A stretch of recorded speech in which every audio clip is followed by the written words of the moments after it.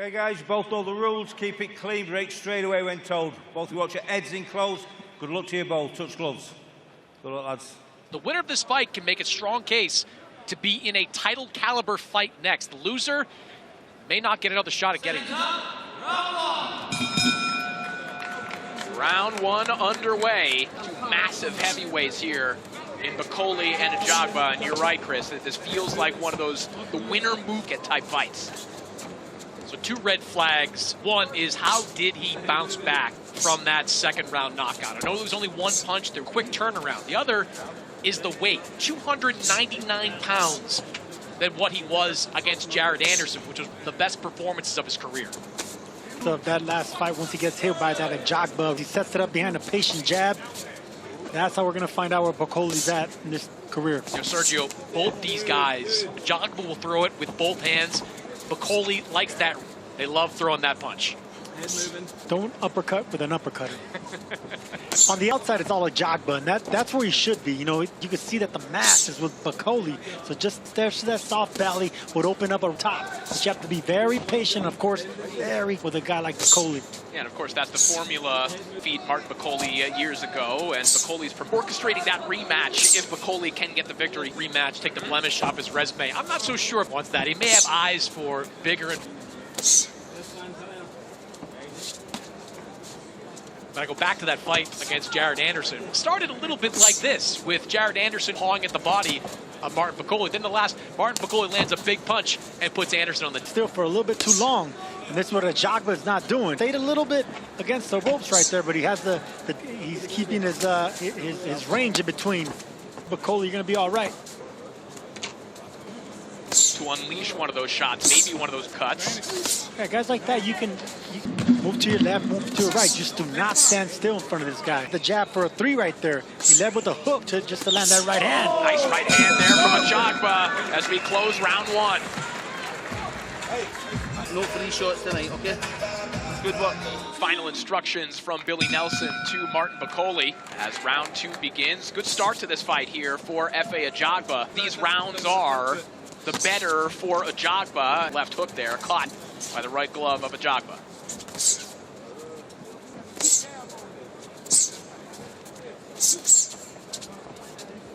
Up a little bit here. There's a good right hand. Pointed out, this isn't an unfamiliar pattern for Bakole fights where there's kind of a very quiet, and then before you know it, there's a, because he just scored a knockout victory. Yeah, it looked like Jared Anderson first round on his way to the round. And Martin Bakole landed one of those kind of clubbing shots in dynamic. Yeah, guys like Bakole, you can that's their strategy. You know, they're going to lose rounds studying and knowing that this man, these guys are just waits for that right shot, the power shot, and he's like that. Long arms. Have so much power without really stepping. I'd put Vitaly Klitschko on that list as well, what is largely an arm punch. Picking up his activity here in the second round, at least relative to what he was doing one. Touching the body there of Ajagba. Nice long range there, just grazes Ajagba. Ajagba is the boxer in this fight. Since Ajagba came up, heavy-handed guy, scary guy with power in both hands. And you'd have to think that Ajagba lean on that athleticism in this fight for Ajagba.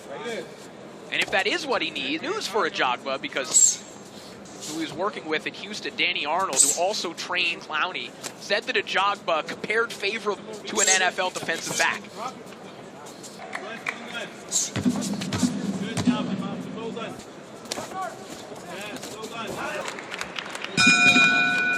Do it for round 2. Better round for Bakole, but perhaps another one in the bank there for Ajagba. Hey, when everybody comes under one platform like DAZN and is brought together, you get real friendly real quick, Corey. Well, these two certainly have to this one, Efe Ajagba and Martin Bakole. The tempo's starting to pick up. Picking them apart from the outside. Bakole needs to get on the ends. He's breaking that distance with that jab, that long, strong jab. Nice right hand over the top there from Ajagba. Just bring that right hand over the top. See Bakole just throw that right hand right to the chest of Ajagba. It's too early in the fight. Just aim at the chest or the shoulder of Ajagba.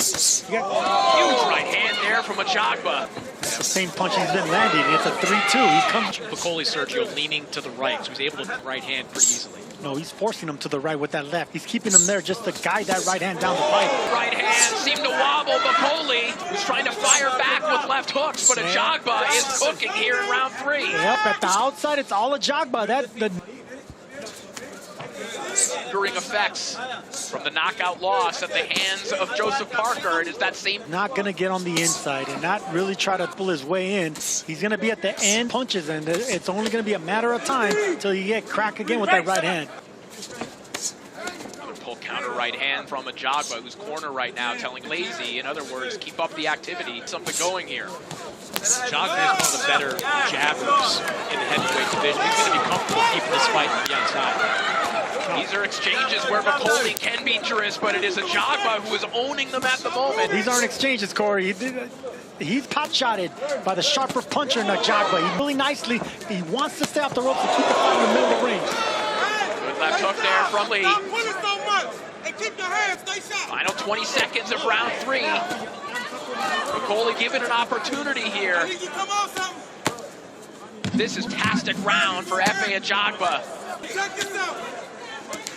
Chopping counter there, but with his back against the ropes. And that will do it for round 3. Stay responsible. It's only a matter of time. Bakole can't keep taking right hands like that the entire fight. I'll tell you though, Sergio, that was a good round for Efe Ajagba. But I do think in the final 30 seconds, Martin Bakole started to close the gap a little bit. We'll see if that carries over in this round. I think Ajagba gave him that gap. He was comfortable with the ropes, and I think he was picking them, catching and countering. A different strategy here for Bakole, who's now framing up and just trying to muscle his to the inside. I think realizing what you were pointing out there, Sergio, that trying to slip to his right, jab his way in, it wasn't. He needs to move that upper body. He needs to get in and break that distance. He can't stay at that range. All right, let's send it over to Claudia Trejos in between rounds. Claudia, what are you hearing? Thank you, Corey. They were actually echoing what Chris was saying. Cole's actually trying to smother the reach on Ajagba, and that's precisely what he wants to avoid. Stay away from the ropes, use your reach, use your move, not allow him to close the gap. And this is the reason why Cole popping the head back of Ajagba with a left hook a moment ago. And this is exactly what he wants. Yeah, because Ajagba squared up. He's not at an angle that's easier for those left and right hooks to land. Stopped a couple of times, but I have more questions about the Ajagba knocked him down or wobbled him. Ajagba looked a little steady as he was navigating his way back to the ropes here. Now fight his way off the ropes, but he's got a Colossus in front of him trying to keep him there. I mentioned Foreman. This is like a Foreman-esque tune to a fight like this, where you just, if you're Bakole, taking punches until you can land one that changes. I'm trying to counter with right hands against the ropes. There, a signature shot there from Bakole. That starts flowing. That's when things... Yeah, that's a beautiful shot for such a big man. And that's when you know it's getting good to him. You don't see the movement from Efe Ajagba that you saw for the first 3 rounds. A lot of laying on the ropes and in the corner. Bakole, I love that right hand that just gutted Ajagba, breaking him in half. Ajagba stationary in the corner. He's absorbing a lot of shots, but those are heavy, heavy shots, just grinding Ajagba down. And those shots, Sergio, the right hand is kind of that true right hand that Gennady Golovkin kind of made famous years ago, looking for that top of the temple shot. Giving you an entrance, you got to go over the top. 4 straight punches down the pipe, but Bakole just keeps plowing forward. You're being lazy in defense. Squared up, giving up that right side of the face. Bakole, it's only a matter of time till he starts throwing that left and right. Look, there's that corkscrew punch that you were talking about, Max, coming over the top of the head right there. Round 5 underway, and there has been a major momentum shift in this one. Again, we talked about that familiar pattern in Martin Bakole fights, and it is showing. Anderson started boxing, moving, getting confident with that jab. Going for a 240-pound heavyweight to the ring for the course of a fight. Like Efe Ajagba is not, he's been being asked to work hard early in this fight.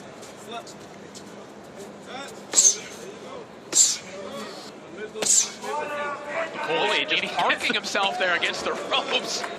This was the posture that was allowing it.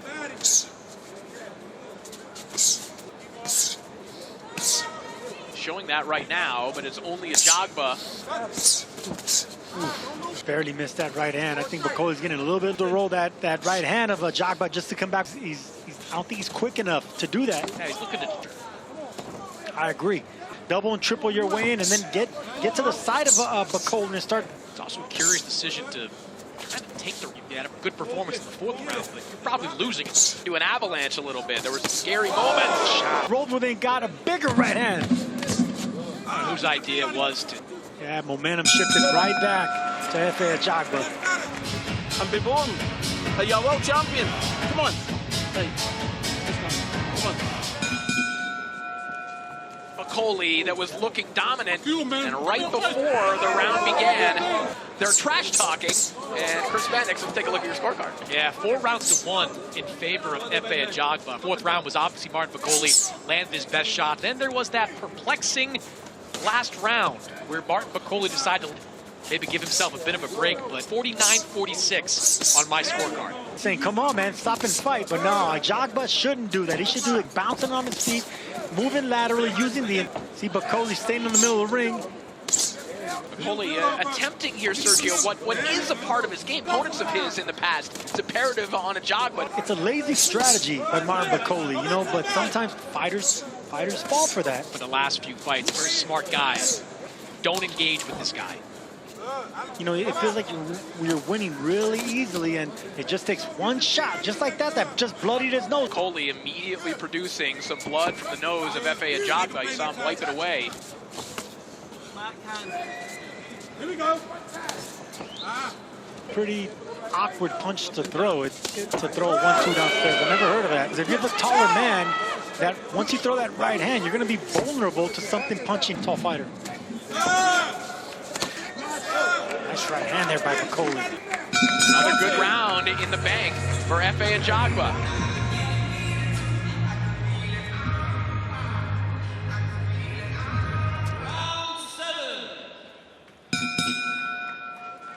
Round 7 underway, and we'll see if he keeps this pressure up. We've seen this has been an easy fight, I think, to score for Ajagba. Martin Bakole. This round started off the way it should. Martin Bakole effective for him in the fourth round. But for Martin Bakole. Nice right hand that connected. And it's kind of like an anchor punch with that right hand, but you need to have athleticism to do that. And of course, I think now there's an opening for a left hook for Ajagba. Time that he feints at Bakole or pretends that you can see Bakole pawing at it and come around with the left hook. I think that's an opening right now. The way that Martin Bakole coming in, and that to me was as big a red flag as the quick turnaround. Good camp, full camp, and you still come in to that weight. In the past, I think Carlos Takam, he was right around. When he fought Jared Anderson, he was 284. That was a guy in Riyadh for weeks, training at the Mike Tyson gym.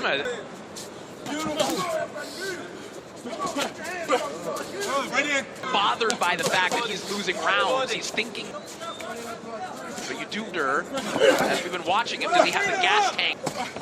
Nice counter right-handing. Stopped on a dime just to counter him with that right hand. Dude, to get the respect out of a monster like Bakole, he's going to keep coming. He's going to take your best shot. Focus or gets lazy like they've been telling him in the corner. This is easy work for Efe Ajagba right now, just bouncing on the toes and popping that jab.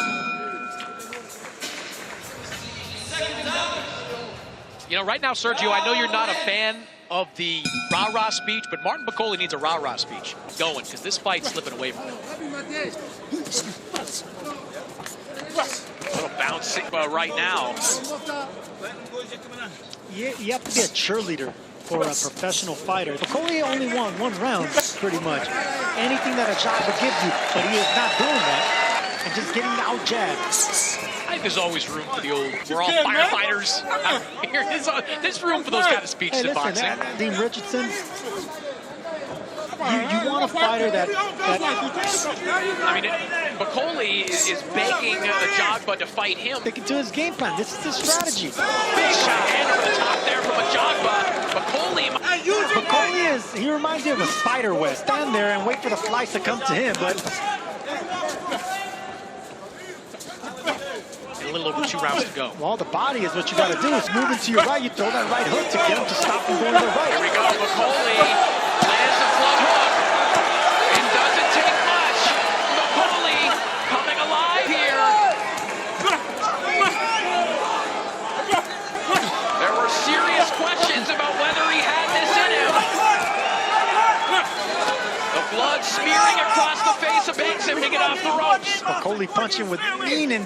Every time he misses a shot, it just goes straight through the line of fire. Good body work there. That's what I want to see Bakole do with both hands. An excellent body puncher. Start digging away the body, taking away the leg. Big right hand there from Bakole. Scary moments for Ajagba and what was otherwise Real test, Corey, of what Efe Ajagba's got in him. I think Martin Bakole is going to finish strong here. Round 9 is now underway. Do something, because once that 10th round rings, the adrenaline kicks in, knowing that it's just 3 more minutes for a fight. Then Ajagba's just going to move with that adrenaline. He's going to come back for Efe Ajagba in that 10th round once he sees the light at the end of the tunnel. Ajagba standing and trading here with less mobile. These are big opportunities for Bakole. You would have to think, based on how this fight has gone, needs a knockout. But it's Ajagba putting them together right now. It's in those moments that would be a good opportunity to let those go.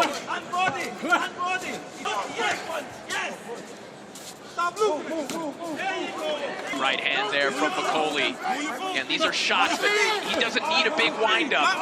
He needs to touch you to produce an adverse reaction. Wide ones, and of course, it's always the short ones that count. Fighter, really smart fighter, because he's great at distance when he has the range, but on the inside, he doesn't pull back the punches. They're little short shots just to keep his opponent off him.